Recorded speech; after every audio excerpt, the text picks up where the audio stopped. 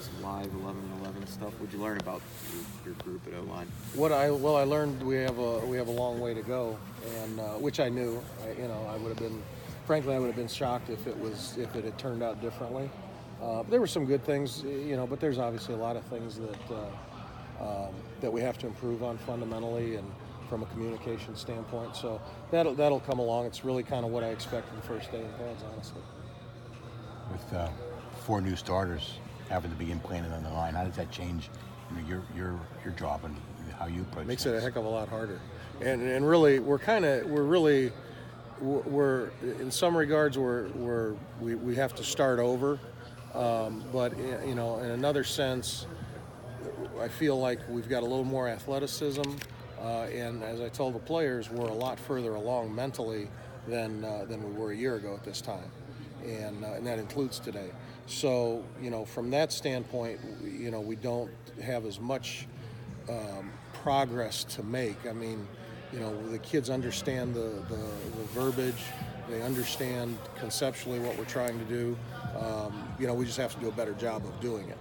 Who's showing that athleticism, you said, is the increased athleticism? Well, I think, you take a guy like Gabe Hoy, you take a guy like Bryce Hargrove, a guy like Carter Warren. I mean, those guys, they're really talented guys, and that's just to name a few. But I think that, all those kids can run, all those kids can move laterally and change direction, and that's something that I didn't know if we had that last year or not, and that's something that really developed for us. So as far as a starting point is concerned, I think we're a little further along that way. With 4 new starters, how key is Jimmy and his leadership to the team, particularly your group? He's a pretty important piece of it. I thought a year ago he was our best offensive lineman, and I still think that. But he's going to be a huge part of it in terms of the leadership, and really he's really the glue that makes it all go. He was a year ago when we lost him in the Wake Forest game, going into the Miami game, and really the last 3 games that piece of it really hurt. We had people that we could put in to fill the spot, but all of that leadership, the glue, all of that was gone, and that's hard. It's hard to overcome.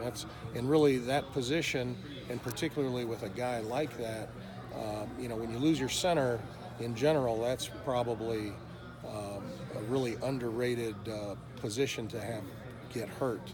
And when it happens, it's I know how big a blow that can be, especially when you have a special guy like that. How do you think that knowing you was here will fit in, and where will you fit in? Nolan? Yeah. I don't know. Nolan he'll play tackle, whether it's right or left. I don't know. And kind of like with Steph last year, it's going to be a matter of putting all the pieces in place. When he gets here, and then who moves. Does somebody move down inside? You just have to put the jigsaw puzzle together. But right now, until that happens, we have to move forward, and each guy's got to get better. So, but he'll play tackle for us when he gets here. With Drake and Hoy, they're pretty much tackles. Yeah, Gabe's a guy. I think Gabe has enough size and strength. He can play inside. And he did last year for me at times in practice anyway, as an interior player. He's really a guy that is a multi-position player. Jerry, I think, is exclusively a tackle. How have things been working with, Coach Whipple trying to put in a new offense, and how does that kind of affect your job?